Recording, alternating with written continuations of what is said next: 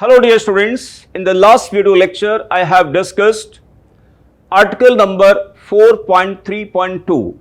In this video lecture I will discuss article number 4.3.3 जिसका content है ionization enthalpies. So first of all I will discuss trends of ionization enthalpies of first transition series metal atoms.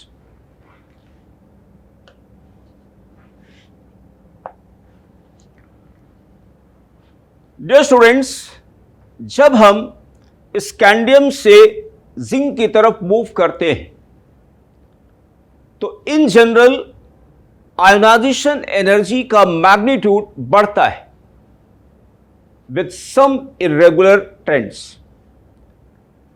लेकिन जो ionisation energy का magnitude बढ़ता है उसमें small variations आते हैं, स्मॉल चेंजेस आते हैं, जबकि नॉन ट्रांजिशन एलिमेंट्स में जो आयोनाइजेशन एनर्जी का चेंज ज्यादा आता है. एक बात. दूसरी बात यह है स्टूडेंट्स कि फर्स्ट ट्रांजिशन सीरीज के किसी भी मेटल की सक्सेसिव आयोनाइजेशन एनर्जीज में उतना स्टीप चेंज नहीं आता है जितना कि किसी नॉन ट्रांजिशन एलिमेंट के एटम में होता है. One more thing students, second और third ionization enthalpies of first transition series metals में जो वेरिएशन होता है, जो इंक्रीमेंट होता है, वो फर्स्ट आयोनाइजेशन एंथैल्पीज के मुकाबले ज्यादा होता है और मोर स्टेडी होता है, यानी मोर रेगुलर इंक्रीमेंट होता है as comparison to first ionization enthalpy. तो इन बातों का डिस्कशन मैं पहले करता हूं स्टूडेंट्स. ये मैंने एक स्केच बनाया हुआ है किसी एटम का. न्यूक्लियस, ये सेल्स हो गई. तो जब हम फर्स्ट ट्रांजिशन सीरीज में मूव करते हैं तो प्रोटॉन्स तो न्यूक्लियस में आ रहे हैं. Incoming electrons fill 3D orbitals of inner shell. Electrons इस 3D में आएंगे, प्रोटॉन यहां पर आएंगे और सभी लोग जानते हैं कि d ऑर्बिटल इलेक्ट्रॉन्स की शील्डिंग पुअर होती है. तो ये जो इलेक्ट्रॉन्स है ना, 3D वाले इलेक्ट्रॉन्स है, ये 4s इलेक्ट्रॉन को न्यूक्लियर फोर्स ऑफ अट्रैक्शन से बहुत ज्यादा शील्ड नहीं करेंगे. इसलिए जो न्यूक्लियर फोर्स ऑफ अट्रैक्शन है वो ग्रेजुअली इस ऑर्बिटल पर पहुंचेगा. इसलिए इस पेरिफेरल सेल के इस ऑर्बिटल में nuclear force of attraction gradually increase करेगा और आयोनाइजेशन एनर्जी का मैग्नीट्यूड ग्रेजुअली बढ़ता जाएगा. लेकिन स्टूडेंट्स, जब पहला इलेक्ट्रॉन किसी मेटल एटम का निकल जाएगा तो अब उसके s में या तो एक इलेक्ट्रॉन बचेगा या इलेक्ट्रॉन नहीं होगा.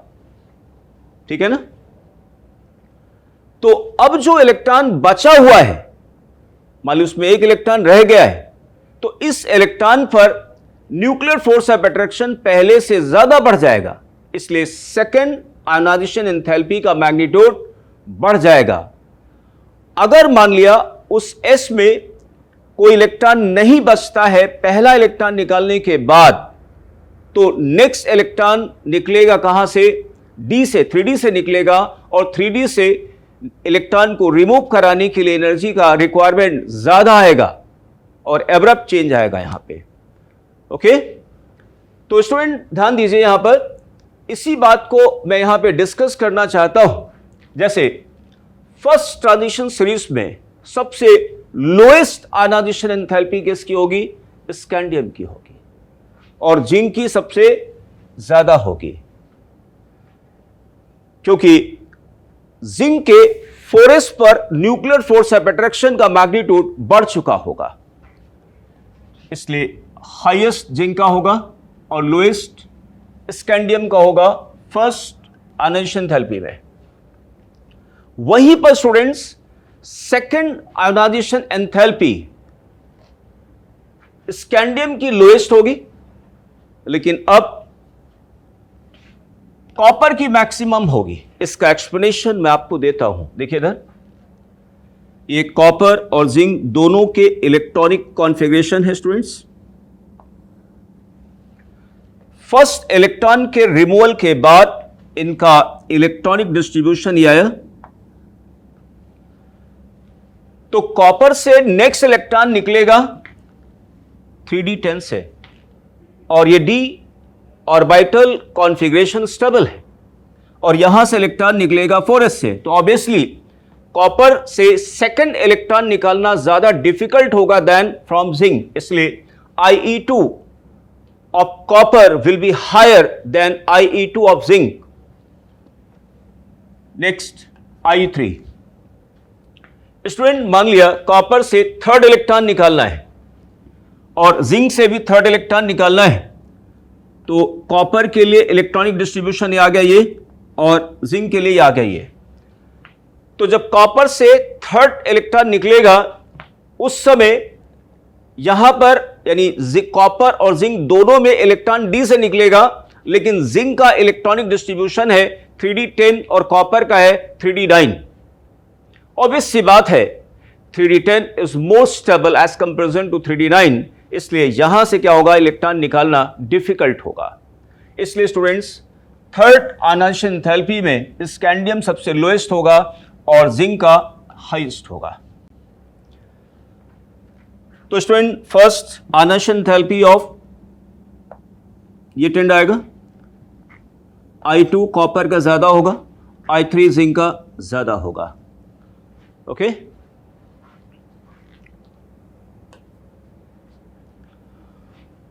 अब स्टूडेंट हम नेक्स्ट इलस्ट्रेशन ले रहे हैं।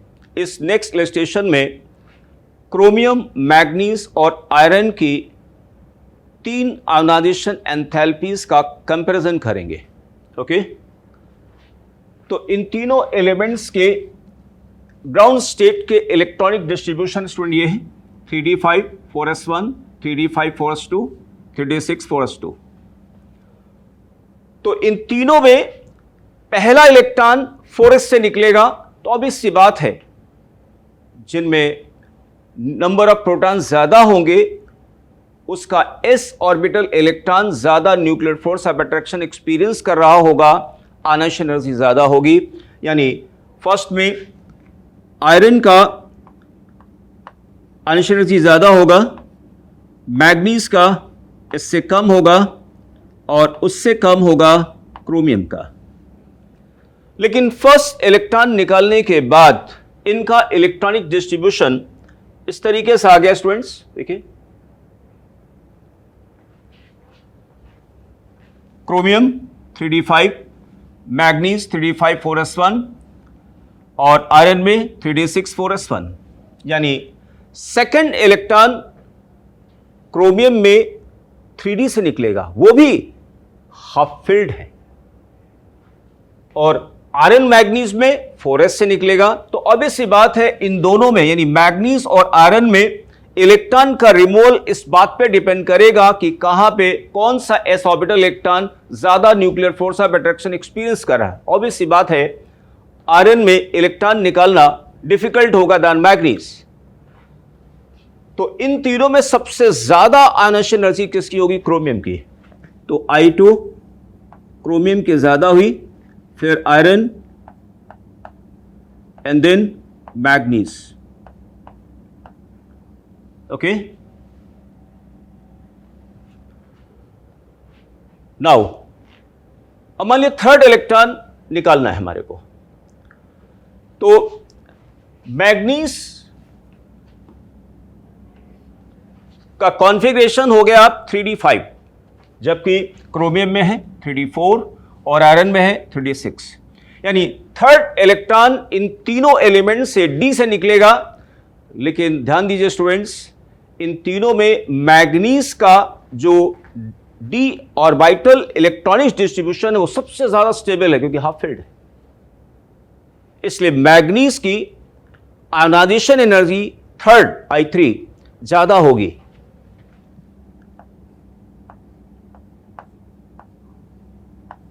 इसके बाद स्टूडेंट क्रोमियम में और आयरन में अब कंपैरिजन करते हैं।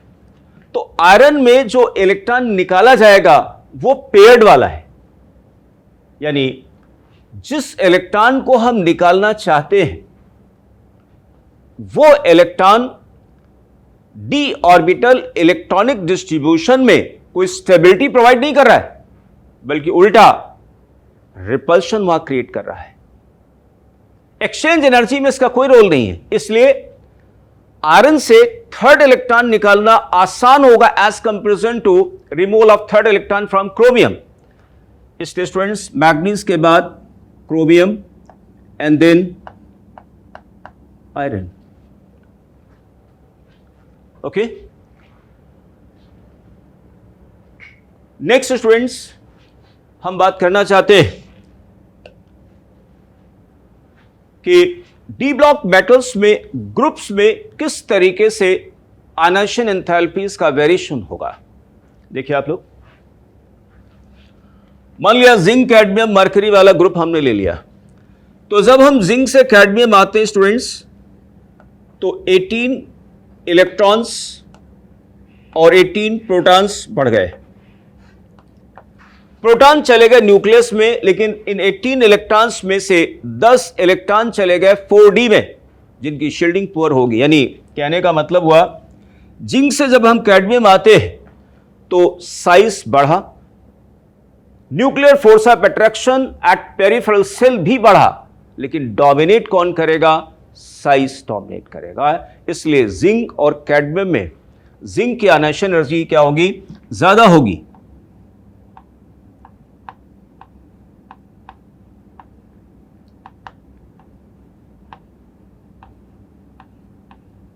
कैडमियम।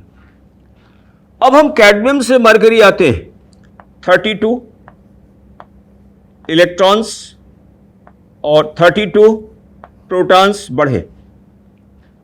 तो प्रोटॉन स्टूडेंट चले गए न्यूक्लियस में, और इन 32 इलेक्ट्रॉन्स में से 14 इलेक्ट्रॉन 4f में रहेंगे और 10 इलेक्ट्रॉन 5d में रहेंगे।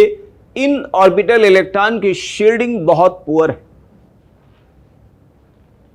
तो कैडमियम से जब मरकरी में आए तो जो 32 प्रोटॉन्स आए, यानी 32 जो प्रोटॉन्स आए, उनके कारण पेरिफेरल सेल के s ऑर्बिटल पर न्यूक्लियर फोर्स ऑफ अट्रैक्शन बहुत ज्यादा बढ़ जाएगा। और एक और बात ध्यान रखिए, मरकरी का साइज जितना बड़ा होना चाहिए था उतना नहीं हो पाएगा, क्योंकि मरकरी वाले सीरीज में ऑलरेडी लेंथेनाइट कॉन्ट्रैक्शन आ चुका है। इसलिए स्टूडेंट्स कैडमियम और मरकरी में मरकरी की आयोनाइजेशन एनर्जी ज्यादा होगी।